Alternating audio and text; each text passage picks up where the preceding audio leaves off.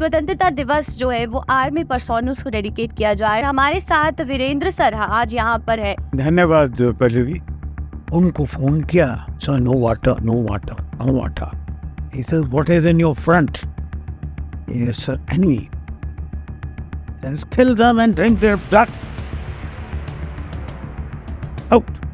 Surgical strike जब हुई उरी में, तो क्या इससे पहले भी कुछ इस तरीके का कुछ सर्जिकल स्ट्राइक हुआ था? फौजी अपना बदला छोड़ता नहीं है, तो ये छोटे मोटे तो हम लोग निपटा देते हैं अपने लेवल। वो ये जो दवाना वाला सड़क है, इससे मैं जा रहा था तो पूरी सड़क पर आकर ऐसी ट्रक रुकाया। मैं देखो इसको कुछ ज़रूरत है, उसने वो बड़ा गिलास है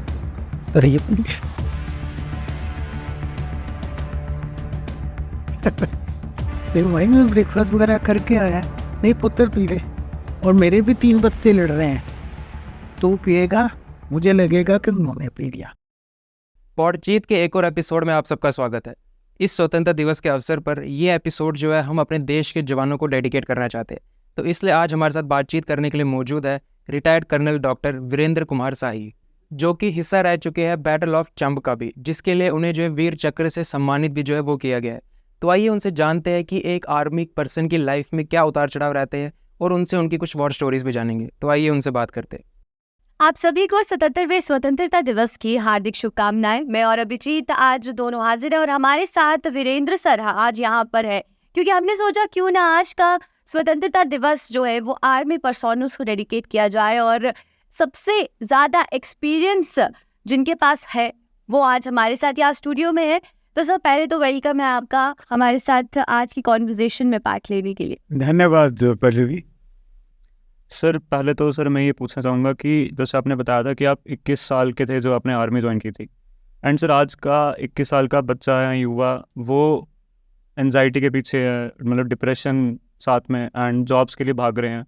तो आपका एक्सपीरियंस क्या था कि आप सिर्फ 21 साल के नौजवान थे एंड आपने आर्मी ज्वाइन की थी, तो आपका एक्सपीरियंस कैसा था? अभिजीत, पहले तो मैं करेक्ट करूँगा आपको, 21 साल का बच्चा नहीं होता। 18 साल पर तो आप सरकारें बनाने लगते हो, वोट की ताकत आ जाती है, और 80 साल का बूढ़ा नहीं होता। इस डेट्स जो ये नंबर्स है ना, ये we should not take them very seriously. इनका कुछ खास मकसद होता नहीं है। देश में अब अग्निवीर चल रहे हैं। मेरा फौज का अनुभव रहा है, 62 की कहानी आप सबको पता है। उसके बाद फौज जागी, देश जागा। फौज तो सोई पहले भी नहीं थी, पर देश जागा और उनको ऐसा लगा कि देश में फौज की आवश्यकता है।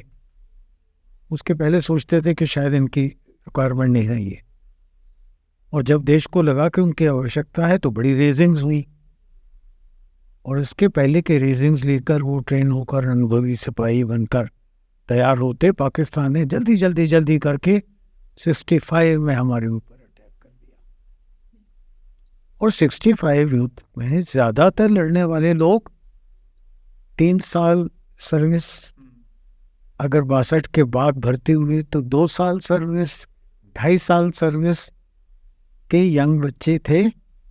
मैं अपनी उम्र पे उनको बच्चा कह सकता हूँ, पर वो सब पूर्ण रूप से योद्धा थे, उतने ही योद्धा जितने के महाभारत में अभिमन्यु थे। तो वो कई हजार अभिमन्यु युद्ध में कूद गए और पाकिस्तान को धूल चटा दी। उसके बाद लगा कि शायद अभी सिर्फ चीन से 62 हुआ, पाकिस्तान से 65 हुआ, 65 और रेजिंग्स की ज़रूरत है, और रेजिंग्स हुई, और उसके बाद 71 युद्ध हो गया।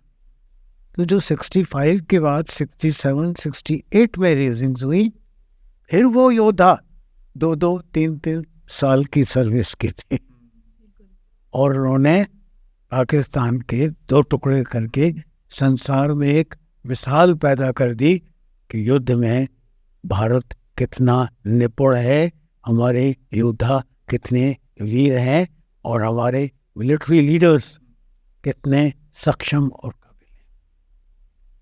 तो पहले तो ये मैं नहीं समझता कि 21 साल पर कोई युद्ध के कौशल में कमी होनी चाहिए। और बाकी भी कार्डर्स देखिए, जो लीडिंग कार्डर्स जितने भी हैं, what was the fellow who went to moon for the first time? Rakesh Sharma. Same ही जंग स्ट्रीम्स। महाभारत है, कृष्ण भगवान ने कंस के साथ युद्ध कितनी उम्र में किया था? छोटी उम्र। छोटे बोलते ही नहीं। सो इस बात को मेरे ख्याल में हमें यही छोड़ देना एज इज चाहिए जस्ट अ नंबर। कि ये एज खास मकसद रखती है। और भीष्म पितामह की क्या युद्ध एज थी? Is very aged at that time. 144 years की एज में उन्होंने कौरवों की आर्मी के चीफ थे। And at that age he told his great grandchildren कि मैं युद्ध में आया हूँ, मरूंगा तब जब मेरी इच्छा होगी, और तब तक लड़ूंगा जब तक मरूंगा नहीं, और जब जब लड़ूंगा मैं विजयी होऊंगा। तो एक 144 का योद्धा एक हल्की सी उम्र का 18.5 साल का अभिमन्यु एक ही युद्ध में थे। दोनों का युद्ध कौशल, capacity to fight, the will to fight, the talent to fight unmatched है, अनपैरेलल है। So let's remove that. आपने दूसरी बात की कि हम टेंशन में रहते हैं। कहाँ से आता है ये टेंशन? सर मैं अभी सोशल मीडिया से ये Who's exporting it? And who's buying it? Don't buy tensions. Go over them. Human mechanism is much more stronger than any man-made or nature-made tensions. We are designed for it. We are designed for it. I have survived from minus 42 temperature at glacier to 52, 53 temperatures in Barbados. Same human body. We can live through it. हाँ, अगर उसको बनाना शुरू कर दो, हो बहुत गर्मी, बहुत सर्दी, तो वो गर्मी भी लगेगी, सर्दी भी लगेगी, सब कुछ लगेगा। सर यही क्वेश्चन है, आपने जैसे बताया कि माइनस टेम्परेचर में आपने सर्व किया है, पोस्टिंग होती है अलग अलग जगहों पर। कोई एक ऐसे एक्सपीरियंस जब इतनी ज़्यादा ठंड है और आप वहाँ पर हो, तो क्या थॉट्स आती है उस टाइम पे और कैसा फील होता है? मतलब ऑब्वियसली अगर आप कंट्री को सर्व कर रहे हो तो एक जोश तो है, लेकिन फिर भी एक ह्यूमन बॉडी है, कभी कभार बहुत ज़्यादा हार्श कंडीशंस हो जाती हैं। तो वैसा कोई आपका एक्सपीरियंस जो आप हमारे साथ शेयर करना चाहते हैं? पहले हमारे देश में तो बहुत कुछ सिखाया गया है हमारे शास्त्रों में। ह्यूमन बॉडी के अंदर आत्मा रहती है, और आत्मा के लिए शरीर बिल्कुल उसी तरह है जैसा पैर के लिए शू। बिल्कुल। तो शू ने किधर चलना है ये फैसला शू नहीं लेता, ये मन लेता है, पैर लेते हैं। और वही बात आत्मा और शरीर का है। अगर मैं उस ठंड से हार नहीं मानता तो मेरा शरीर कभी हार नहीं मानेगा। और प्रिकॉशंस हैं, केयर्स हैं, स्नो कैजुअलिटीज भी होती हैं, हाई एल्टीट्यूड इम्पैक्ट्स भी होते हैं, टर्बुलेंस हो जाते हैं, फ्रॉस्ट बाइट्स हो जाते हैं, उनके प्रिकॉशन लेनी। Army is sufficiently trend for it. और बारिंग 62 जो बाकी ऑपरेशन हुए हैं, ये also gradually now properly equipped for it. 62 में हम लोग इक्विप्ड नहीं थे। बिल्कुल, अभी तो बहुत ज़्यादा इक्विपमेंट है, न्यूक्लियर पावर्स है। Proper care, proper education, proper training, तो कुछ कहता नहीं है। एक और सवाल सर, ये वॉर की सिचुएशन जब बिल्ड होती है तो दो कंट्रीज़ के बीच में एक बहुत टेंस सिचुएशन हो जाती है, सिविलियंस भी बहुत ज़्यादा उस समय टेंस सिचुएशन में रहते हैं। आपने वो चीज़ एक्सपीरियंस की है, आई गेस बहुत ज़्यादा डिफ़िकल्ट रहता है, क्योंकि आप एक सिविलियन के तौर पर, क्योंकि आपकी फैमिली है, आपकी फैमिली भी टेंशन में है, एंड आप आर्मी में है और आपको जाना है वॉर लड़ने। तो वो इन बिटवीन की जो सिचुएशन है वो कैसी रहती है? मतलब बैलेंस करना उन चीज़ों को, फैमिली को भी कन्विंस करना है, कंट्री भी बुला रही है, कंट्री के लिए भी सर्व करना है, तो वो बैलेंस करना किस तरीके से ज़रूरी है और बहुत ज़्यादा इम्पोर्टेंट? देखिए, जब once you join a war, जब शुरू हो जाता है, तब फैमिली टाइप का कोई कंसिडरेशन करने का ना आपके पास समय होता है और ना आप उस किसी चीज़ के ऊपर अपना समय दे सकते हैं। युद्ध में एक ही चीज़ होती है, लक्ष्य, और वो लक्ष्य होता है विजय। उसके अलावा और कुछ नहीं होता। विजय के लिए आवश्यक होता है, नेसेसरी इस शत्रु का विनाश, kill the enemy and win. मैं एक मिसाल बताता हूँ। हमारी क्रिकेट पर पानी खत्म हो गया, शेलिंग हुई, वाटर टैंक वगैरह ब्लास्ट हो गए, पानी नहीं था, 3-4-5 दिन से पानी नहीं पिया था। तो वो पत्ते तोड़कर उन्हें रखे, उनको जो करते थे उससे जो बड़ा मॉइस्चर थोड़ा सा निकले तो जवान ये चिपकने लगती है, सना थिक हो जाता है, उसमें थोड़ा आराम मिलता था। मेरे कोलीग ने, हमारे कमांडिंग ऑफिसर थे, God bless his soul, he is not alive to hear this, उनको फोन किया वो वायरलेस पर, so no water, no water, no water. He says, what is in your front? Yes, sir, enemy. He says, kill them and drink their blood. Out. वहाँ कहाँ पानी नहीं है तो नहीं है। He says, just kill them and drink their blood. और ये कोटेशन हमारी रेजिमेंटल हिस्ट्री बुक में गया है। इस कोटेशन को कितनी बार मैंने अपने ट्रूप्स को दोहरा कर सुनाया। 71 की बात है ये, 95 में मेरे रिटायर हुआ और यंगर जनरेशन ऑफ सोल्जर्स को बार बार याद दिलाता था कि had a commanding officer whose order were when you have no water, kill enemy, drink blood, out.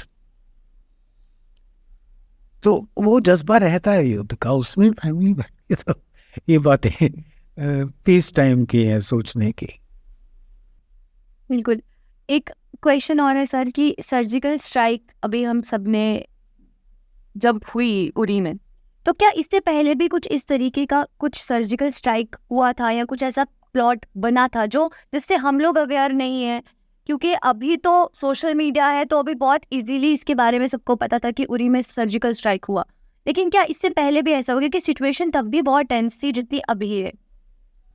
पर टू बी ऑनेस्ट, छोटे लेवल पर without the government really getting fully involved, फौजी अपना बदला छोड़ता नहीं है। तो ये छोटे मोटे तो हम लोग निपटा देते हैं अपने लेवल पर, but as a government policy, as a government approved operation, ये हमने पहली बार इस तरह से किया और इस स्केल पर किया। और उसके पहले तो आप तो जर्नलिज्म में हो, जानते हो, वो आए बॉर्डर पर बैठ बोलते थे, उनको बॉर्डर एक्शन टीम आया जी, वो सर काट कर ले गया, वो ये ले गया, वो ले गया, और हम लोग कहते थे हम क्रिकेट खेलना बंद कर देंगे। हमने विरोध पत्र भेज दिया है, मैंने बड़ा सख्त विरोध पत्र भेज दिया है, और मैक्सिमम उनके एम्बेसडर को बुला के आंखें दिखाकर वो बात खत्म हो जाती थी। अगर बॉम्बे का जो ताज होटल वहाँ अटैक हुआ, उसके बाद हमने स्ट्राइक नहीं किया, तो हम समझते हैं हमारा देश स्ट्राइक्स के मामले में कहाँ था।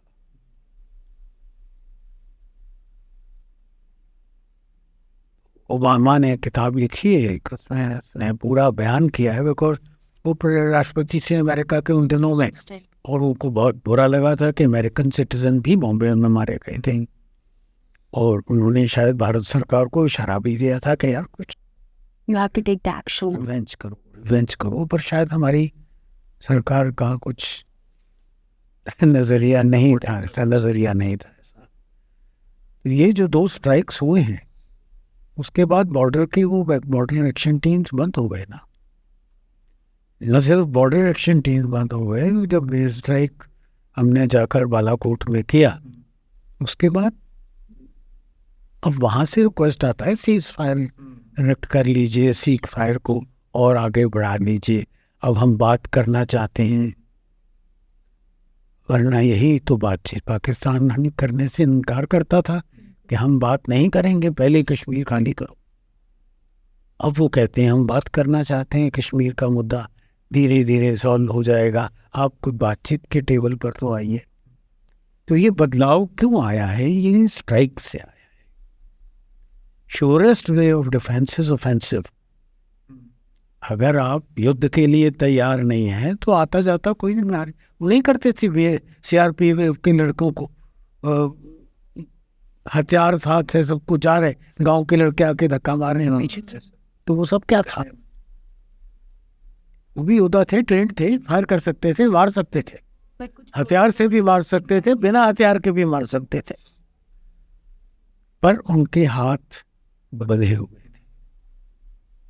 तो ये तब्दीली तो आई है, बहुत बड़ी तब्दीली है ये, और इसीलिए आज मेरा ख्याल पूरा विश्व जिस नज़र से हमारे देश को आज देखता है, ऐसा 62 या 65 की विक्ट्री के बाद भी, 71 की विक्ट्री के बाद भी उस नज़र से नहीं देखते थे। आज हमें कहते हैं it's a force to reckon.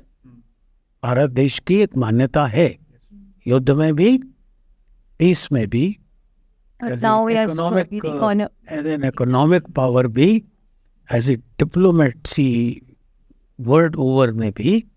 अब लोग कहते हैं रशिया यूक्रेन का भी, मोदी जी आप फैसला करा दीजिए। So now the world is looking at us. वो सिर्फ युद्ध से होता है। अपने सूर्य को तो रोज देखते हैं, मैं तो रोज देखता हूँ, पता नहीं आजकल की जनरेशन देखते हैं नहीं देखते हैं। सूर्य को पानी चढ़ाते हैं, छुपने के टाइम कौन चढ़ाता है? देखा सनसेट के ऊपर पानी, सूर्य उदय पर चढ़ाते हैं, क्योंकि उदय पर सूर्य पूरा तीव्र होता है। जब तक आप सूर्य की तरह तीव्र हैं, शक्तिशाली हैं, प्रभावशाली हैं, सब झुककर पानी चढ़ाते हैं। यस सर, जैसे आपने पहले बताया था कि आपने 1971 वॉर में भी सर्व किया था, तो उस टाइम पे जो वॉर लाइक सिचुएशंस थी वहाँ पे, मतलब इंडिया, बांग्लादेश एंड पाकिस्तान, ऐसे में सिचुएशन क्या रह रही थी वहाँ पे? सिविलियंस कैसे वो मतलब फेस कर रहे थे, एंड उस टाइम की सिचुएशन क्या थी ग्राउंड? देखिए, जहाँ तक बांग्लादेश का सवाल है, मेरा युद्ध तो खैर वेस्टर्न थिएटर में था, फौज में था मैं। बांग्लादेश में तो जब मुजीबुर रहमान इलेक्शन जीत गए थे, उनको वेस्ट पाकिस्तान वाले प्रधानमंत्री नहीं बनाना चाहते थे, तो उनको अरेस्ट कर लिया और उनका इलेक्शन को मंजूरी नहीं दे रहे थे, उनके पार्लियामेंट में नहीं बनने देना चाह रहे थे। उन हालात में बांग्लादेश में विद्रोह हुआ, और बहुत ज़्यादा जब विद्रोह हुआ तो उन्होंने पाकिस्तान में आर्मी भेजी, जिन्होंने बहुत ज़्यादा ज़्यादतियाँ की बांग्लादेश में।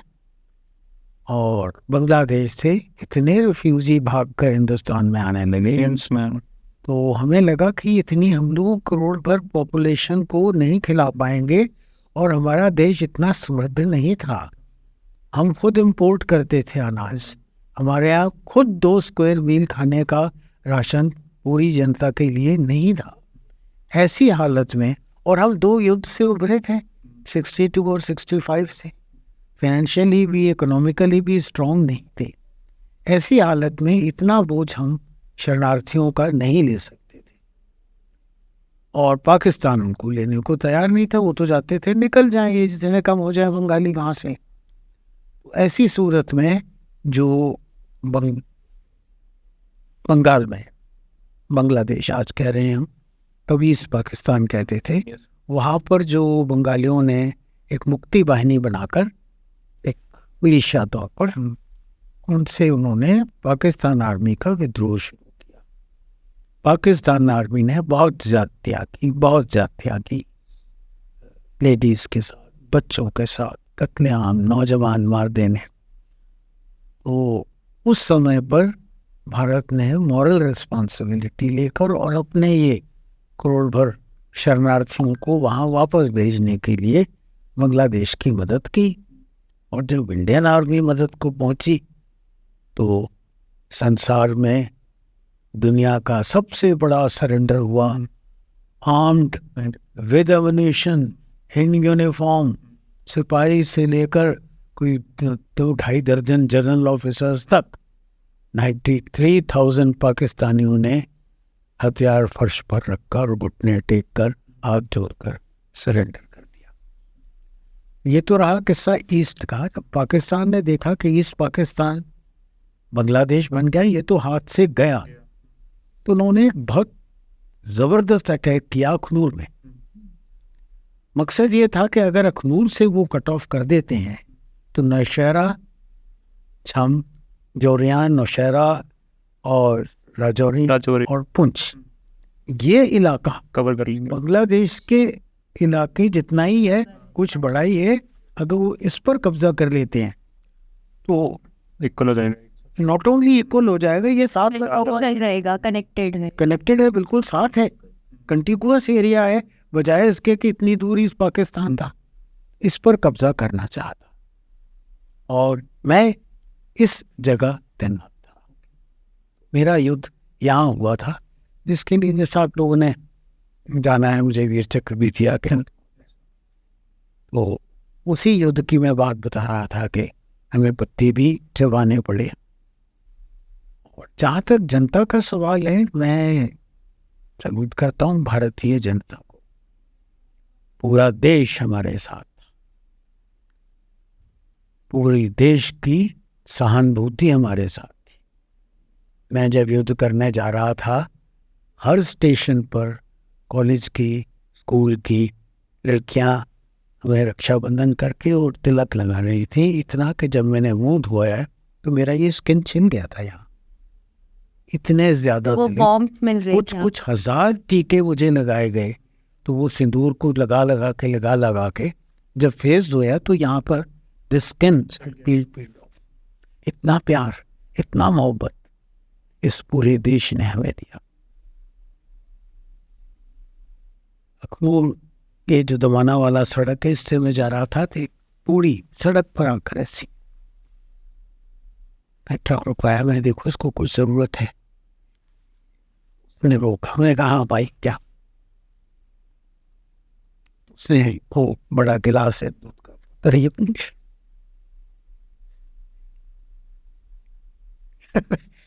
फिर भाई मैं ब्रेकफास्ट वगैरह करके आया।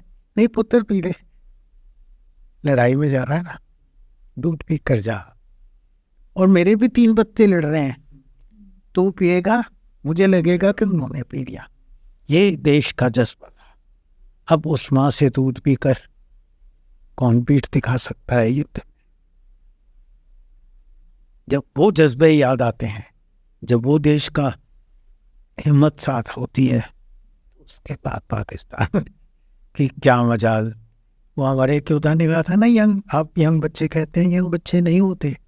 उसने कहा था मेरे एम से पहले अगर मौत भी मेरे रास्ते में आई तो मैं मौत को भी मार दूंगा। यस सर, कारगिल वॉर के लिए। कारगिल वॉर में तो वो जज्बा होता है फौजी का, वो हिम्मत होती है फौजी की, और वो देश पीठ पर हाथ रखता है। दुख की बात है कि उसके बाद जब ये स्ट्राइक जिनकी आप बात कर रहे हो, लोग पूछने लगे भी आपने किया, बिताया नहीं किया। Yes sir. खैर, शायद उनकी सहानुभूति हमारी फौज से ना होकर कहीं और रही होगी। मैं पॉलिटिक्स पर बात नहीं करूँगा, पर एक वो माँ थी जो कि सड़क पर ट्रक के आगे खड़ा होकर हिम्मत बढ़ा रही थी, और एक ये लोग थे जो कि विजय होने के बाद सवाल कर संसार पूरा उसकी प्रशंसा कर रहा है।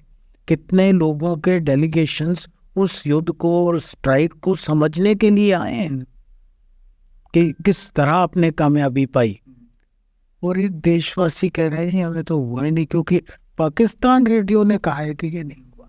We want proof for that. नहीं, वो पाकिस्तान रेडियो का खबर मानना मानते। तो देश है, बड़ा देश है, पर मैं समझता हूँ वो जो वक्त हमने देखा, वो आज भी मैं सोचता हूँ कि शायद देशवासी उसी तरह फौज के साथ होने चाहिए। और गर्व की बात है, एक आध ऐसी एक्सेप्शन गलत लोगों की छोड़ दो, आज भी हमारा देश उतना ही शक्तिशाली है, उतना ही फौज के पीछे है, उतनी ही सहानुभूति और उतनी ही हिम्मत रखता है। सर आपने बताया 95 में आप रिटायर हुए थे। 90 का माइग्रेशन जो हुआ जम्मू कश्मीर में, वो भी एक बहुत टेंस सिचुएशन थी और उस समय बड़ी तादाद में लोग कश्मीर से जम्मू में आ रहे थे और एक बहुत ही बुरी सिचुएशन है क्योंकि जब आपको अपनी ही कंट्री में, अपनी ही स्टेट से पलायन करना पड़ता है, माइग्रेट होना पड़ता है, तो वो एक जो जख्म है ना वो भरता नहीं है। तो आपने भी वो चीज़ विटनेस की है, आपने, क्योंकि आप आर्मी में थे और उस समय जो सिचुएशन थी जम्मू कश्मीर की बनी हुई, और जम्मू कश्मीर के जब रहने वाले हैं और वैसी सिचुएशन हो रही है, तो उस टाइम पीरियड में कैसा एक्सपीरियंस रहा आपका? पल्लवी जी, मैं दो चीज़ें कहूँगा। एक तो क्यों हमारी सरकार ने रिएक्ट नहीं किया। उसी समय तकरीबन 5-6 लाख फौज थी बड़ी तादाद, बहुत ज़्यादा, बिल्कुल। और ज़्यादा से ज़्यादा अगर ये दहशतगर्द 2000 में होंगे तो 1500 होंगे। 15 दिन भी नहीं लगते, शायद 5 दिन, 6 दिन का ऑपरेशन था। जब हमने इतने बड़ी युद्ध लड़े, किसी भी एक डिवीजन या ब्रिगेड को कहा जाता तो ये 4-5 दिन था इनको न्यूट्रलाइज करने का। पर हमारी सरकार ने क्यों ऐसा फैसला नहीं लिया, आप लोगों की जनरेशन को सोचना चाहिए।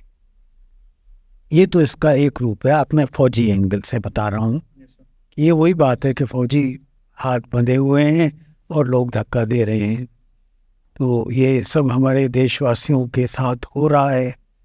फौजी बैरक में बैठकर देख रहे हैं, पर उनको बाहर जाकर उनको बचाने का या न्यूट्रलाइज इस दहशतगर्दी करने का हुक्म उस समय नहीं दिया गया। अब दिया ना ऑल आउट। अब हो रहा है ना, अब हो रहा है। इतने सारे बड़े हुए और कितने विदेशी वेपन्स उनके पास आ गए। तब क्या था, लिमिटेड से वेपन्स होंगे 500-600, लिमिटेड से उनकी ट्रेनिंग थी 6 महीने साल भर की पाकिस्तान से दी हुई। 1000 से ज़्यादा कैडर नहीं था। तब ज़्यादा इजी होता न्यूट्रलाइज करना, बहुत आसान होता बट पर हमने नहीं किया, बढ़ने दिया। उस हद तक बढ़ने दिया कि वो गिलानी जैसा शख्स जो MP रह चुका है, कॉन्स्टिट्यूशन की कसम खाई हुई है, सरकार से पेंशन देता है, और वो कहता है मैं ये बात नहीं करता हर होम मिनिस्टर जैसे कोई भी चपरासी आकर बात कर जाए। आज हमारे होम मिनिस्टर ने कहा है कि मैं पाकिस्तान से, हुर्रियत से या किसी भी दहशतगर्द से बात नहीं करूंगा। ये कल का बयान है। तो ये कितना बड़ा तब्दीली हुआ है, बहुत स्ट्रॉन्ग चेंज आया है। कहाँ वो हुर्रियत का चीज कहता था मैं होम मिनिस्टर से बात नहीं करूंगा, आज होम मिनिस्टर कहता है कि मैं लोगों से बात नहीं करूंगा, मैं यूथ से बात करूंगा, मैं कश्मीर के नौजवान से बात करूंगा। तो ये बहुत बड़ा चेंज है जो अब आया है। शायद अगर समय पार आ गया होता तो वो सब नहीं होता। दूसरी चीज़ एक जो मुझे खुद चुभती है, कितने कैंप्स में रहे थे हमारे लोग। 95 के बाद, रिटायर होने के बाद मैं कई कैंप को विजिट किया। मैं जानना चाहता था कि अगर 100-200 नौजवान भी अभिमन्यु की तरह सर पर कफन बांध कर खड़े हो जाएं तो शायद हम ये पलट सकते हैं। दुख की बात है कि जो सबसे ज्यादा दुखी लोग हैं वो सबसे ज्यादा अनकंसर्न्ड है। ये तो सरकार करेगा। अरे भी सरकार नहीं कर रहा, फिर आप अपनी बहन का इज्जत लुटने देंगे, आप अपनी माँ की इज्जत लुटने देंगे, क्योंकि ये तो सरकार करेगा।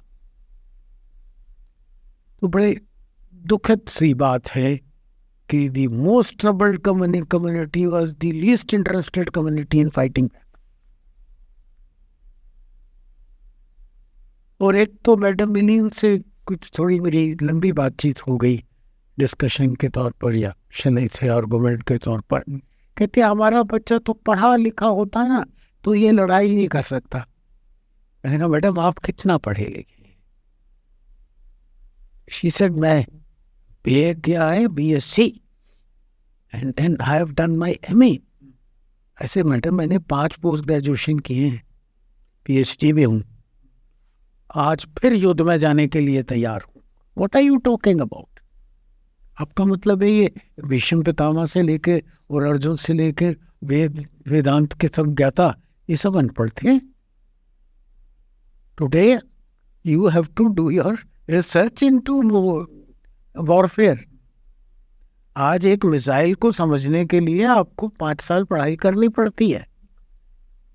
आप NDA जाते हैं, वहाँ आपका ग्रेजुएशन हो जाता है। आप स्टाफ कॉलेज जाते हैं, पोस्ट ग्रेजुएशन हो जाता है।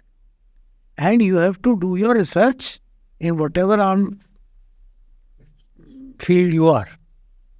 आप कम्युनिकेशंस में हैं तो टेलीकॉम का वो रिसर्च करना पड़ता है, PG करना पड़ता है। तो कितना एक बचकाना सा जवाब था कि पढ़े लिखे लोग, अरे पढ़े लिखे लोग आज दहशतगर्द तुम्हारे MSc करके आ रहे हैं। अभी वो पूना में पकड़ा गया जो हाईली क्वालिफाइड डॉक्टर। एग्जैक्टली। तो आप पढ़ लेकर क्या घास काटने के लिए पढ़ रहे हैं? सो आई माइट बी आंसरिंग आपका भी जवाब दे रहा होगा कि ये जो टेंशन हैं ये हमारी इंटरनल है। यस, हम अयोग्य हैं, हम खड़े नहीं हो सकते। आप बिस्तर पर लेट कर 15 दिन 1 महीना कहिए कि मैं खड़ा नहीं हो सकता, 1 महीने के बाद आप खड़े नहीं हो पाएंगे। आप कहिए मैं दौड़ नहीं सकता, मैं सिर्फ पैदल चल सकता हूँ, धीरे धीरे आपकी दौड़ने की शक्ति खत्म हो जाएगी। बिलीफ सिस्टम है सर। तो ये जो स्ट्रेसेस हैं ये हमारे अपने क्रिएटेड हैं। Scientifically, there are 3 types of stresses: introgenous, exogenous, and superficial. तो ये इंट्रोजनस स्टेज है, अपने आप को हम इनकेपेबल समझते हैं। अरे वो ये हड्डियाँ, वही मांस, वही खून, सब कुछ है, वही जज्बा है। खून का रंग एक जैसा होता है, काट कर देखें किसी को भी, चूहे को, मुर्गे को, इंसान को, शेर को, सब खून एक जैसे होते हैं। और इंसान के खून तो वो 3-4 ब्लड ग्रुप्स हैं, उन्हीं में होते हैं, उसके बाहर नहीं होता। ऐसा कुछ होता नहीं है जो हम कह रहे हैं कि ये नहीं हो पाता, वो नहीं हो पाता। जज्बा नहीं था, जज्बा नहीं था, डिपेंडेंस, कोई वजह नहीं थी। अगर आप भी गए थे फैमिलीज के साथ, यहाँ पर कैंपों कूपन में छोड़ के कहते आप लोग बैठो, हम लिबर्ट कर आते हैं। और ऐसा करते तो अगर वो बंगाली जो कि फाइटिंग कॉम है ही नहीं, अगर मुक्ति बाहिनी पाकिस्तान की पूरी आर्मी को चैलेंज कर सकती थी तो उनको सहायता भी मिल गई, आज बांग्लादेश भी बन गया। मैं नहीं समझता अगर रेनावाड़ी का रहने वाला कोई या सुपोर का रहने वाला कोई या बारामूला का रहने वाला कोई हिम्मत करता तो उसको सपोर्ट नहीं मिलती, पर हिम्मत छोड़ दिया।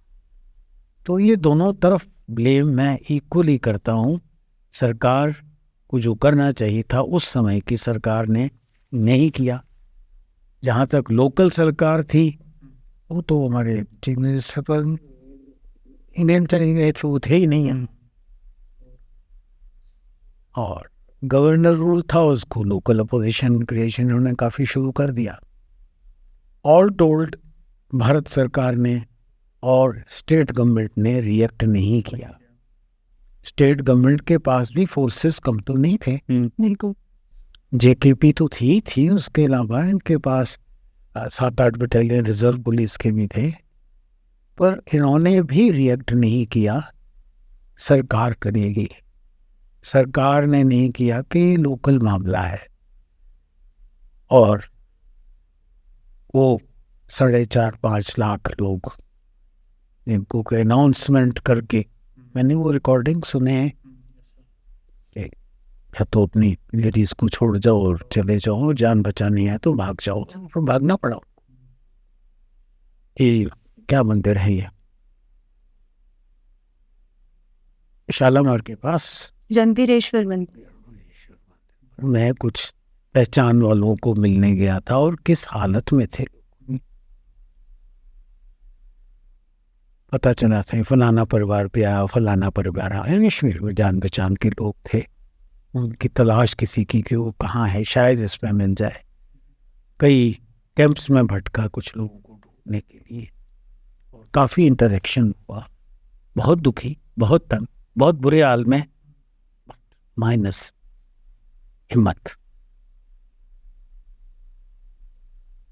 तो खून खोल जाना चाहिए। अरे हमारे तो सब देवी देवता हथियार लेते हैं। Tell me one goddess without weapon. सिर्फ काली दुर्गा माँ और माता भवानी नहीं, लक्ष्मी माँ के हाथ में भी हथियार है। She also carries A sword. कोई एक देवता बता दो। सिर्फ हनुमान जी नहीं, रामचंद्र जी के पास भी तो कौन है? भगवान श्री कृष्ण के पास भी बंसरी भी है और सुदर्शन चक्र भी है। कोई एक गॉड बता दो, कोई एक गॉडेस बता दो, कोई एक गॉड के बच्चों को बता दो, गणेश जी या लव या कुश, कोई तो बिना हथियार के बता दो। तो आप लोग किसकी संतान थे भाई? इस देश की नहीं थे। ये कायरता कहाँ से आई? एनीवे, सर आपने आर्मी के बाद जर्नलिज्म में भी लोगों को जो है वो ट्रुथ से वाकिफ करवाया। आज का जर्नलिज्म और उस टाइम जर्नलिज्म जब आपने स्टार्ट किया था, चेंजेस बहुत ज़्यादा आई हैं, लेकिन जो एक मेजर चेंज आया है जो आप खुद एक्सपीरियंस भी करते हैं आज के जर्नलिज्म को देखकर, और उस टाइम जब हर एक स्टोरी के पीछे भागना पड़ता था, बहुत दिन लगते थे, और अब बहुत इजी टू टेक है हर एक चीज़। देखिए, तो हम बोरोड इन्फॉर्मेशन पे बड़े चले गए। किसी भी चीज़ को आप बैठे बैठे गूगल पर ढूंढ लेते हैं, तो भागने की तो अब ज़रूरत पड़ती नहीं। दूसरा, हमारा जर्नलिज्म से सैड स्टोरी, बहुत कम Indian channels owned by, governed by and designed by India थे कुछ सालों पहले तक। ये अभी रिपब्लिक शोरलिक जब आने शुरू हुए हैं तो थोड़ा इंडियनाइजेशन हुआ है, वरना हम सब लोग, कोई बेनेट कोलमैन, कोई चर्च चला रहा है, कोई इटली का चर्च चला रहा है, कोई गल्फ से फंड कर रहा है। तो हमारा जर्नलिज्म में इंडियन ओरिजिन का एंट्री बहुत बाद में हुआ है, जस्ट अबाउट 10-12 साल पहले से। उसके पहले इंडियन जर्नलिज्म में इंडिया ही नहीं था। तो जैसे जैसे जिनको सूट करता था वो वैसी वैसी पॉलिसीज से हमारे चैनल्स को चलवाया करते थे। उसके बाद जर्नलिज्म एक इंडस्ट्री बन गया, थिंग्स लाइक न्यूयॉर्क टाइम्स। कुछ journalism like that channel of China या पाकिस्तान का डॉन या यूके का BBC, they started working as paid agencies, commercialise कर लिया। जर्नलिज्म एक इंडस्ट्री बन गई, तो पेड स्टोरीज आनी शुरू हो गई। एंड पल्लवी जी, आपका जो प्रश्न है कि तब के जर्नलिज्म में आज के जर्नलिज्म में एक बड़ा फर्क ये है कि ट्रूथ इज ए कैजुअलिटी। अब रिक्वायरमेंट एक्यूरेसी और ट्रुथ से ज्यादा TRP की हो गई है। What sells. अब अगर आप पॉप म्यूजिक के शौकीन हैं और मैं आपको राग मल्हार सुनाना शुरू करूं या राग माल को सुनाना शुरू करूं, तो मैं तान देना शुरू करूंगा, आप उठकर चले जाएंगे, डिफरेंट डाइवर्जन हो जाएंगे। तो आज शायद पब्लिक को भी वो चाहिए, थ्रिल चाहिए, मसाला चाहिए। थ्रिल किस में मिलेगा? तो बजाय इसके कि आदित्य ने एक नया चैनल इन्वेंट किया, से ज़्यादा बड़ी न्यूज़ क्या होगी कि आज गांधीनगर में किसकी चेन स्नैच करके कौन भागा, वो ज़्यादा पढ़ेंगे। सीधी नज़र वहीं टुकेगी, अच्छा चेन ले गया, कौन ले गया, कहाँ ले गया, क्या ले गया। और अगर चेन के पीछे पीछे वो जिसकी चेन थी वो भी चली गई तो और बड़ा थ्रिल बन जाएगा और बड़ी न्यूज़ बन जाएगी। तो पब्लिक का शायद टेस्ट मोल्ड कर दिया है वेरियस तरीक़ों से मीडिया ने, मूवीज़ ने, जो नया लिटरेचर आ रहा है उन्होंने, और अब उनकी डिमांड ऐसी है और इंडस्ट्री बन गई है मीडिया की। तो जो इंडस्ट्रियल तौर पर मीडिया चला रहे हैं, ब्रेक चाहिए for industrial this thing, commercial breaks चाहिए। अब वो कमर्शियल ब्रेक के बीच में जो होता है वो भी कमर्शियल ही हो गया है। पर सर एक लास्ट क्वेश्चन है जो मेरे को मुझे फील होता है एग्जैक्टली कि हम लोग जर्नलिज्म रिलीजन बेस्ड बहुत चला रहे हैं। रिसेंट अभी हुआ था मणिपुर में जो भी इंसिडेंट हुआ, हर एक न्यूज़ चैनल ने चलाया था, वो पाकिस्तान बेस्ड एक सीमा और सचिन का पूरा जो स्टोरी थी वो ज़्यादा चलाई, ना कि ये दिखा के कि एक्चुअल में जो ब्रूटैलिटी हुई है वो कहाँ हुई है। तो रिलीजन बेस्ड बहुत ज़्यादा होता जा रहा है ऐसी चीज़ें, खासकर जब रिलीजन और जर्नलिज्म मिक्स हो जाता है, सोशल मीडिया मिक्स हो जाता है, तो वो चीज़ें बहुत ज़्यादा वर्स्ट होती जाती है। क्या आपको भी ऐसा लगता है? सही बात है। नहीं, रिलीजन, यस, रिलीजन भी सेलिंग है, रिलीजन भी सेलिंग है। ये भी आजकल एक कमर्शियल सेलेबल आइटम्स में से एक है। काउंटर पर ये भी बिकता है और दिल ज़्यादा बिकता है। वो कितनी बार उसका सीमा का फोटो उसको ऐसा हाथ टेढ़ा करके तो trying to touch his face and all that, कितने चैनल्स पर कितनी बार आया। और क्यों आया? क्योंकि लोग देखना पसंद करते हैं। तो एक तो हमारे कुछ टेस्ट चेंज हो गए हैं। टेस्ट चेंज होने के पीछे भी शायद धीरे धीरे मीडिया ने वो आइसक्रीम खिलाते गए, people are now used to it. उसमें अगर प्योर जर्नलिज्म आ भी जाएगा तो शायद लोग रिजेंट करेंगे। एक सीधी सच्ची बात अगर कोई बोलना चाहेगा, may be it may not be appreciated in life today. So vicious circle है, one thing leading into the other. तो सर हमने बहुत अलग अलग पर्सपेक्ट देखे। जर्नलिज्म में भी आपने सर्व किया, आर्मी में भी आपने सर्व किया, और स्पेशली वॉर सिचुएशन जो आपने बताई है, एक बहुत इमोशनल एस्पेक्ट भी बीच में आया। Thank you so much sir इस कॉन्वर्जेशन के लिए। काफ़ी बहुत फुल कॉन्वर्जेशन थी, हमारे व्यूअर्स को भी बहुत अच्छी लगेगी होपफुली। और thank you so much sir. Thank you Parveen, thank you Abhijeet. तो कैसा लगा आपको हमारा आज का पॉडकास्ट? उम्मीद करते हैं आपको बेहद पसंद आया होगा। तो आज का एपिसोड हमने स्वतंत्रता दिवस पे स्पेशली आर्मी जवानों को डेडिकेट किया था। तो कैसा लगा आपका एपिसोड, हमें कमेंट में ज़रूर बताइएगा। तो बस ऐसे इन्फॉर्मेटिव, नॉलेजेबल, एंटरटेनिंग पॉडकास्ट के लिए हमारे चैनल को जो है लाइक, शेयर एंड सब्सक्राइब करना ना भूलें। बाकी कमेंट में जय हिंद लिखना भी ना भूलिएगा।